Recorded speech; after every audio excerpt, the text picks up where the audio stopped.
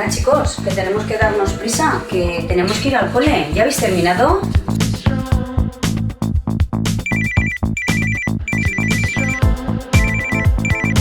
¿Sí? ¿Encarna?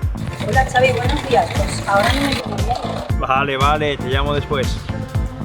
Esta se Encarna, siempre está corriendo con o sin zapatillas. Entre la familia y el trabajo casi no le queda tiempo libre, aunque el tiempo solo es el rival a batir para los corredores y Encarna lo tiene contra las cuerdas. Saca tiempo para todo. Espero que también le quede algo para mí. ¿Encarna? ¿Xavi? Bueno, ¿vamos a poder quedar por fin?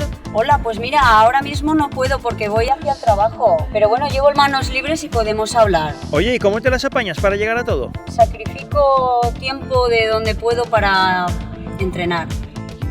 Y por lo menos 3 veces a la semana o 4, una horita sí que encuentro para mí.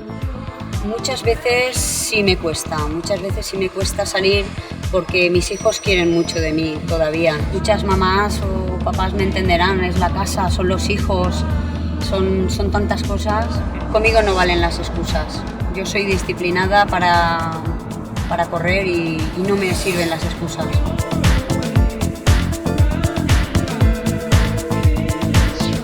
Encarna, por fin. ¡Hombre! ¡Qué nada de ver eres!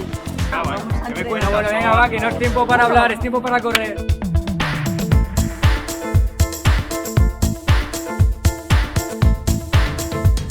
Bueno, Xavi, ahora tenemos tiempo para hablar, ¿no?